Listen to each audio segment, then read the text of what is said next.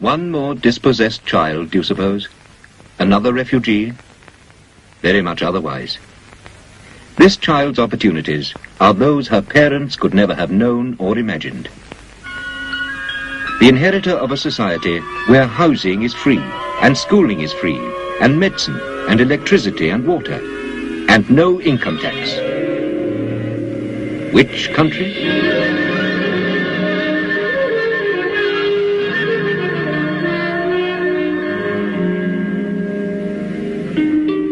This is the classical desert. Endless vistas of emptiness. A desolation of sand, salt flats and sun.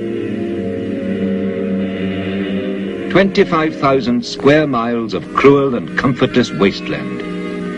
Such is the sheikhdom of Abu Dhabi, stretching its bleak way from the Arabian empty quarter to the Gulf, abandoned, it would seem, by all the gifts of nature.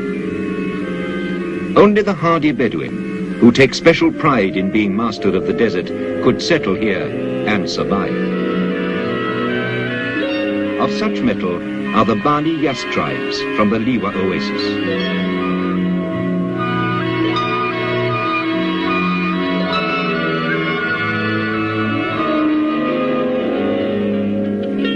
More than 2 centuries ago, in 1761, their ancestors discovered a well on Abu Dhabi Island. And there they built the first huts of what was to become the country's capital. And indeed, until very recent times, the inhabitants of Abu Dhabi town were still living in homes of baked mud or brittle palm leaves. One building alone stood above and apart in its aloof and dilapidated dignity. The palace of the ruler. Sheikh Shakbut bin Sultan, the former ruler of Abu Dhabi, had granted concessions to various oil companies for exploration in his domain, but little had come of it. Before the discovery of oil, Abu Dhabi had existed tenuously on pearl fishing. But with the 30s came the World Depression, and the Japanese had by then learned to cultivate pearls by the million. The Second World War was one more blow. The oil companies stopped their searching. Abu Dhabi, isolated on the rim of the desert no one wanted, sank into poverty and isolation.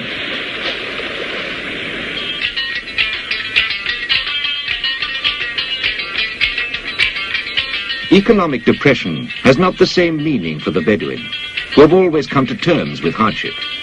The people of Abu Dhabi were assured at least of subsistence. They could make do. The coastal people caught the fish.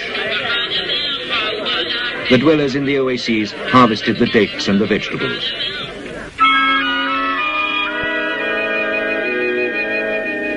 And between the oases and the towns moved the nomads with their flocks and herds, selling meat and milk.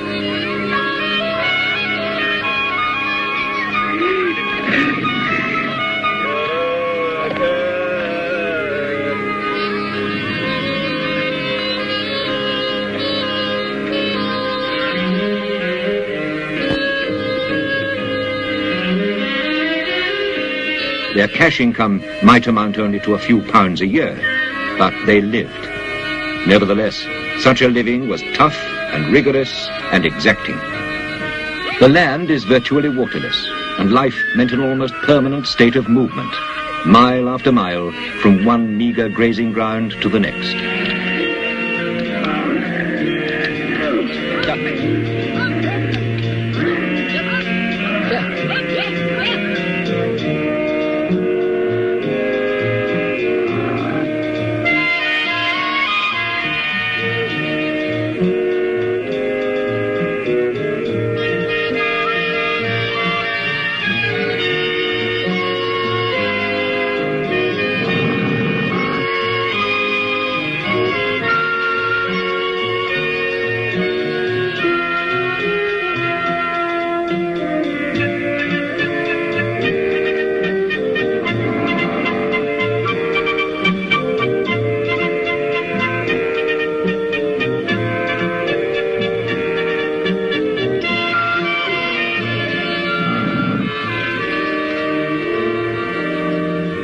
To the Bedou of the desert, with his ancestral memories of tribal traditions, an approaching stranger must always be identified and proved to be a friend. Only then will be exchanged the greetings, the salutations, and the passing on of news.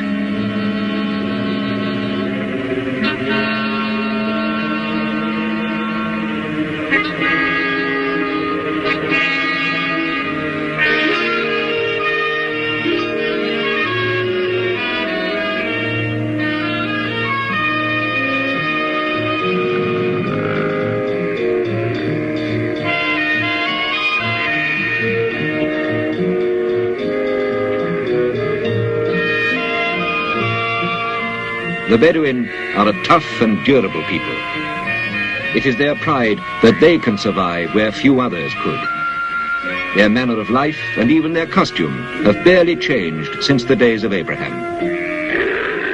Their folklore and their poetry are not of tranquil things, but of wars and gallantry, of loyalty, courage and conquests.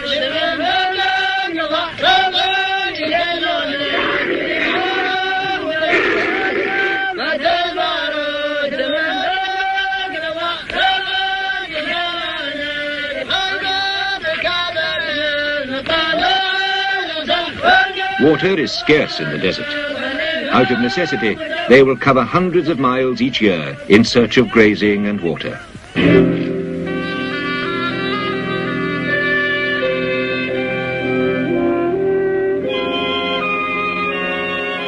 After the Second World War, the oil prospectors came back to the Gulf.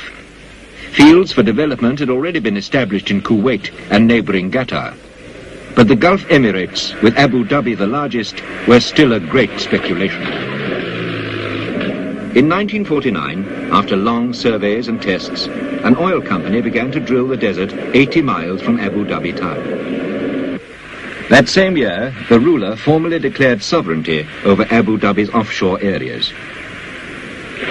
Then, in 1953, after 2 years of negotiations, he granted a concession to explore 12,000 square miles of seabed off the coast of Abu Dhabi.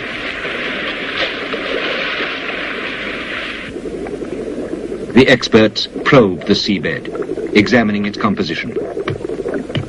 And then, after seismic and gravimetric surveys, the drillers chose their spot. They set up their base on a nearby island called Das. The island was transformed into the headquarters for the underwater search. Experts from Europe and many other parts of the world started to descend on the desert island, which till then had only been inhabited by wild birds.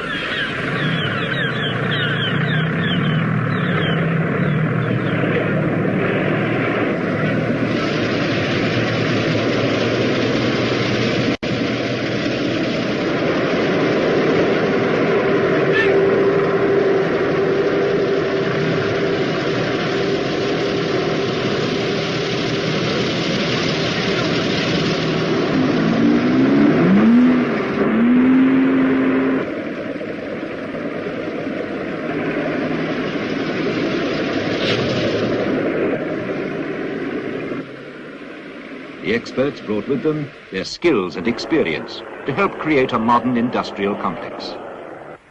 The search took 5 years, but they found oil, more than a mile below